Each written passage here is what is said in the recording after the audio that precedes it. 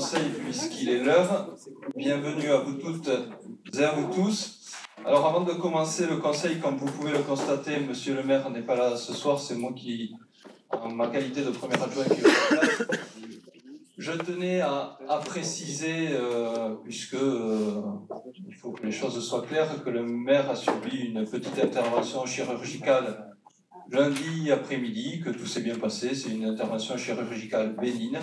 Il se repose quelques jours et sera là bien évidemment pour les prochaines échéances. Il n'y a aucune contre-indication, aucune contrainte, et il sera bien évidemment là pour les prochaines échéances, et notamment le prochain conseil du 25 juin, si je ne me trompe pas. Fred, est-ce que tu acceptes d'être secrétaire de séance? Tu as l'enregistreur. Je vais vous demander, est-ce que vous avez certaines remarques sur le dernier compte rendu, pardon. Donc, approbation à l'unanimité. Les pouvoirs. Alors, Jean-Charles Lozano donne le pouvoir à Pascal Gérardin. Sonia Benani donne le pouvoir à Cyril Josso. Stéphane Lamy donne le pouvoir à Élodie Fournier. Philippe Landais donne le pouvoir à Claire Popinet. Angèle Billard, pouvoir à Bernadette Duquesne. Et enfin, Olivier Faro donne le pouvoir à Virginie Fallour. C'est bon, on a fait le tour, tout le monde est là, je crois. Tiens, Sylvain, je te donne le compte rendu à faire passer, à faire signer. Donc, je vous propose d'attaquer avant la première délibération, mais de prendre acte, suite à la démission d'Éric Lotte, de souhaiter la bienvenue à Corinne Laville, en tant que suivante et dernière sur la liste. Donc, bienvenue Corinne. Je pense que je ne la présente pas, Corinne elle est connue de tous, et très appréciée pour le travail qu'elle fait depuis plusieurs années, donc c'est avec un grand plaisir que tu vas pouvoir t'investir à nouveau au sein de la mairie. Délibération numéro 1, je passe la parole à Jérôme Bourdeau. Bonsoir à toutes et à tous. Donc les deux délibérations, 1 et 2, qui s'enchaînent, ont un peu le même objet. La première, donc, délibération numéro 1, concerne un fonds FEDER qui a été ouvert par la Nouvelle-Aquitaine en janvier 2025, pour lequel nous sollicitons une demande de subvention et de votre approbation, pardon. Il s'agit donc de contribuer au financement du projet dans son ensemble de la rénovation de l'école.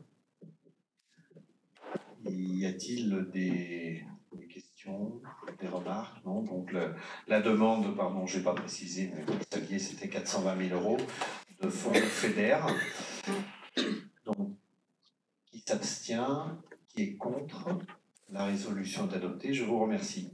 La seconde délibération donc, concerne un fonds vert, en fait, là aussi pour le financement du groupe scolaire Camille Desmoulins. Pour rappel, il y avait 2 tranches. La première sur la maternelle, où on avait déjà obtenu 174 000 €. La seconde, où on sollicite donc une subvention, un fonds FEDER, un fonds vert, pardon, de 150 000 €. Là aussi, y a-t-il des remarques? Non. Donc, qui est contre? Qui s'abstient?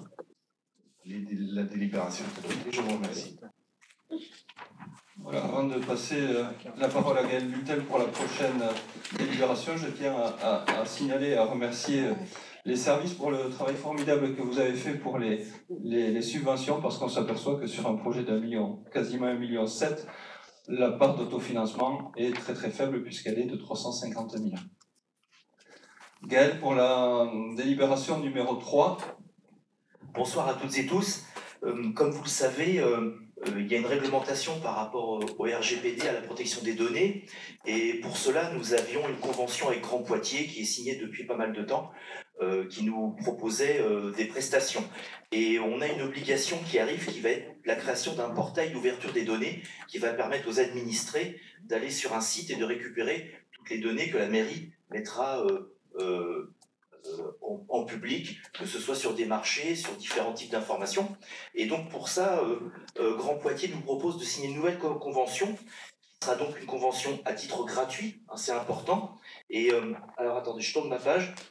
Et cette convention va permettre de mutualiser la protection des données et puis va permettre de mettre à jour ce fameux portail. Cette convention à titre gratuit, si vous n'avez pas de questions à me poser, je vais la faire voter. Si vous avez une question à me poser, s'il vous plaît, qu'elle ne soit pas compliquée. Il n'y a pas de questions, je vous remercie beaucoup, c'est très sympa pour moi. Vous m'avez évité d'être ridicule. Donc, qui est contre la signature de cette convention? Qui s'abstient? Je vous remercie, c'est adopté. Merci Gaël. Je passe la parole pour les 3 prochaines délibérations à Guillaume. Bonsoir à tous. Donc, délibération numéro 4. Il s'agit de donner un avis favorable sur le projet photovoltaïque au sol, au champ du Petit Poissac. Donc, du côté de, en allant sur Fontaine-le-Comte. L'enquête publique a déjà eu lieu. C'est une régularisation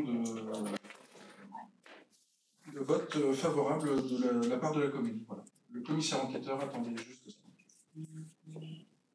Le rapport devait être en annexe, voilà, donc je procède au vote. Qui est contre? Qui s'abstient? Adopté, merci. Il s'agit de la même chose sur la délibération numéro 5, concernant cette fois-ci la société IEL. C'est un parc d'environ 11 hectares en photovoltaïque qui sera à côté du Petit Poissac, qui va être voisin d'un autre projet photovoltaïque, EDF. C'est exactement la même chose. Le commissaire enquêteur demande un avis favorable de la commune. Qui est contre? Qui s'abstient? Adopté. Merci. Délibération numéro 6. Il s'agit de la création de 2 postes d'adjoint technique territorial à temps complet pour accroissement d'activité saisonnier, donc du 1er juillet au 31 août 2025. Chaque année. Qui est contre? Qui s'abstient? Adopté. Merci. Oui, la période est propice aux différentes manifestations. On en parlera peut-être dans le temps d'échange après le Conseil. Claire, délibération numéro 7. Alors, ce n'est pas un vote, mais c'est plutôt un rapport. Est-ce que vous êtes d'accord pour qu'on passe malgré tout cette délibération? Parce que suite à un petit souci technique, on a reçu la délibération que hier. Donc, est-ce que tout le monde est d'accord pour qu'on puisse acter ce rapport? Parfait. Je te laisse la parole, Claire. Merci Pascal. Bonsoir à tous. Merci effectivement de bien vouloir continuer sur cette prise d'acte, on va dire, des travaux d'accessibilité qui ont été effectués sur la commune en 2024. Est-ce que vous avez quand même le temps d'en prendre connaissance? Je sais que j'avais présenté à 2 reprises en commission un format succinct et un format un peu plus approfondi que vous avez reçu à ce jour. Donc ça concerne tout simplement la loi du 11 février 2005 qui est pour favoriser l'intégration au sein de la commune et de la collectivité des personnes en situation de handicap. Et donc depuis quelques années maintenant, nous avons cette commission au sein de la commune qui travaille chaque année pour pouvoir améliorer les choses. Donc il y a 2 grands travaux l'année dernière qui ont été effectués. Donc installation d'une nouvelle place PMR sur la partie école maternelle de Jacques-Yves-Cousteau à la demande de parents qui ont un système avec, on va dire, fauteuil sur le toit et qui n'avaient pas forcément la place avec les places actuelles. Donc d'en rajouter une deuxième parce qu'on a plusieurs familles qui sont concernées aussi. Donc les travaux ont été effectués pendant l'été 2024. Donc c'était donc les petites photos que vous avez pu voir sur le rapport et également donc l'aménagement du rond-point de Chanteloup en relation avec la voirie Grand Poitiers. Donc il y a eu des aménagements de bord de route, des plateaux pour ralentir aussi la circulation. Donc tout l'aménagement sur ce secteur-là. Donc est-ce qu'il y avait des questions, des remarques à ce niveau-là? Non. Je vous en remercie. Donc je vous invite à prendre acte donc, de ce compte-rendu. Merci à vous. Merci Claire pour ce travail complet. Délibération numéro 8. Délibération, comme vous le savez, les services de la mairie assurent les services de la poste et notamment la réception et la délivrance de colis. Alors, c'est un secret pour personne, mais le nombre de colis devient de plus en plus important à la mairie, ce qui demande un travail supplémentaire. Donc, suite à la demande de la poste et un petit peu suite à ce qui se démocratise un petit peu partout dans des secteurs, on vous propose par cette délibération d'adopter la mise en place d'un système pick-up qui permettra à nos riverains, à nos usagers, de pouvoir déposer et retirer les colis 24 heures sur 24 en ayant donc l'emplacement prévu est l'emplacement qui se situe sur la place de la mairie, juste derrière les panneaux obligatoires où sont inscrits toutes les validations de permis et les demandes de permis de construire, etc. Donc juste en contrebas. Ce système sera accessible au PMR. Il ne demande pas une installation électrique et de travaux puisqu'il sera en autosuffisance électrique et moyennant une petite réversion par la poste d'un loyer mensuel. Est-ce que vous avez des questions, des remarques? Oui, Claire? Bonsoir à toutes et tous. Oui, c'est une précision à demander. Est-ce que les personnes moins à l'aise avec ce type d'outils pourront continuer de recevoir leurs colis en mairie? Oui, bien évidemment. Donc c'est un service en plus de ce qui se fait aujourd'hui, donc avec quand même une accessibilité en mairie pour les personnes qui seraient moins à l'aise. Absolument.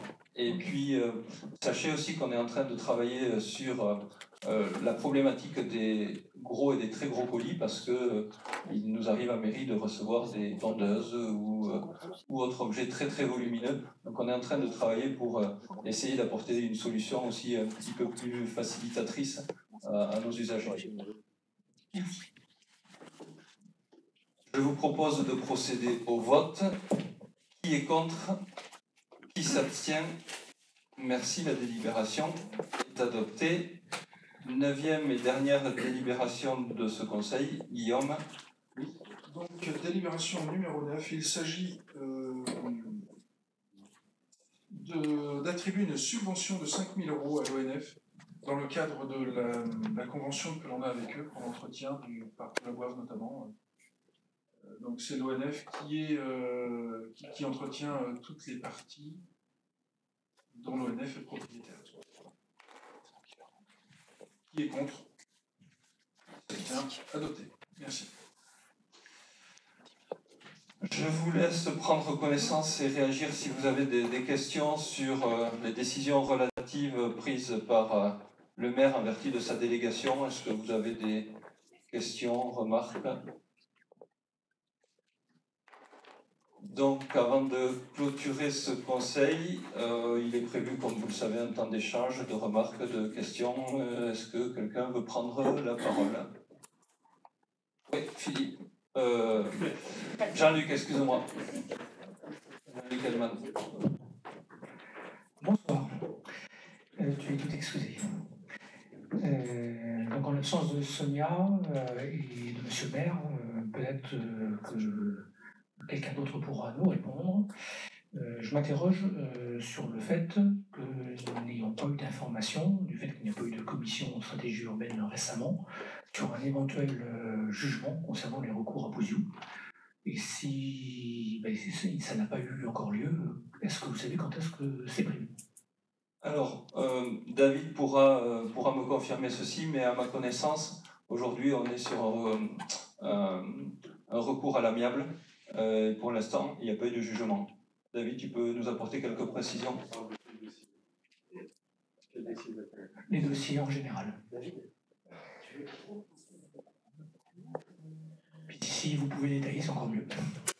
On a un recours actuellement sur le synthétique, qui n'est pas jugé.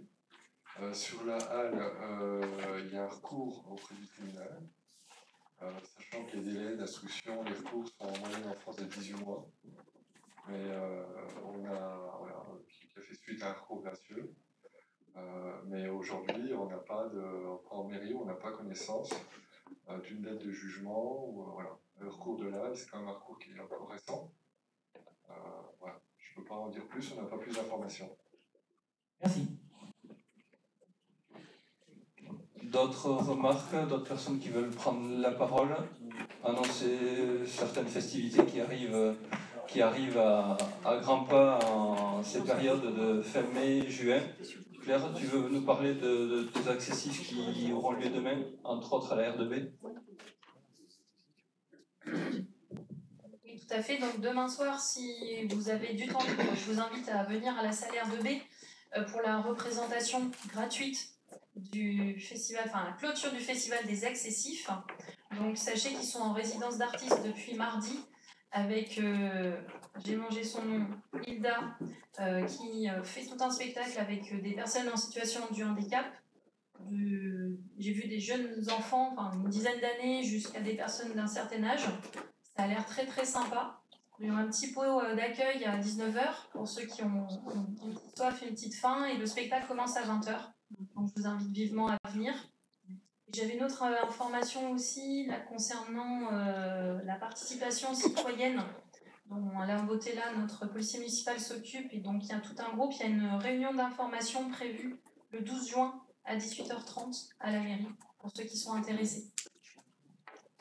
Voilà, merci. Delphine, je te laisse la parole en cette période très chargée. Alors, juste pour résumer les manifestations à venir d'ici la fin du mois, vendredi soir, on se retrouve toutes et tous sur la place Voreta pour Vouneuil-Fest. Dimanche, il y a le vide-grenier de la PE Jacques-Yves Cousteau. Et la semaine prochaine, le 29 mai, le tournoi de foot annuel. Voilà, donc venez nombreux.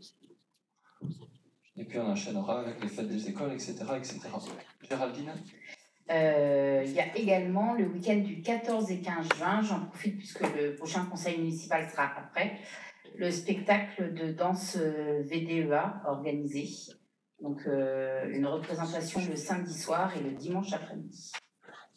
Absolument. Et si on veut être complet, il y a la fête des fiertés le week-end avant, les petits fondus.